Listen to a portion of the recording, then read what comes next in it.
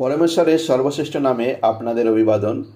পবিত্র বাইবেলের মথিরচিত সুসমাচার 16 অধ্যায়ের 26 পদে আমরা এভাবে পড়ি, যদি মানুষ সমস্ত জগৎ লাভ করে কিন্তু নিজের প্রাণ হারায় তবে তার কী লাভ হবে? অথবা মানুষ তার প্রাণের পরিবর্তে কী দিতে পারবে? প্রত্যেক পরিবারে পিতা, মাতা, ভাই ও বোনের একটি গুরুত্বপূর্ণ স্থান রয়েছে। যখন পিতার মৃত্যু হয় তখন পরিবার তার গুরুত্ব উপলব্ধি করে এবং তার চলে যাওয়ার ক্ষতি অনেক বড় বলে মনে হয়। ঠিক একইভাবে মানুষ জীবিত অবস্থায় নিজের প্রাণের মূল্য বুঝতে পারে না। উত্তর নামের একজন ভক্ত বলেছেন, মানুষের মৃত্যুর সময় সে তার প্রাণের প্রকৃত মূল্য বুঝতে পারে।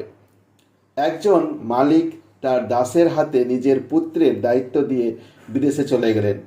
ফিরে আসার পর দাসটি তার পুত্রের কাপড়গুলো খুব পরিষ্কার ও সুন্দরভাবে ধুয়ে মালিকের হাতে দিয়ে বলল, মালিক, আমি আপনার পুত্রকে রোগ থেকে বাঁচাতে পারিনি, কিন্তু তার কাপড়গুলো রক্ষা করেছি। এই কথায় কি সেই মালিক আনন্দ পাবেন যে অত্যন্ত তার পুত্রের কাপড় তো রক্ষা পেল? কখনোই না।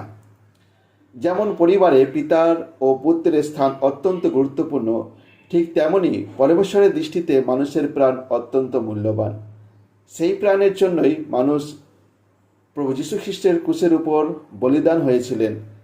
আপনি যেন সেই প্রভু যীশু খ্রিস্টের এবং তার উপর বিশ্বাসের মাধ্যমে পরিত্রাণ লাভ করতে পারেন। পরমেশ্বরের কাছে আপনাদের জন্য আমাদের এই প্রার্থনা। ধন্যবাদ।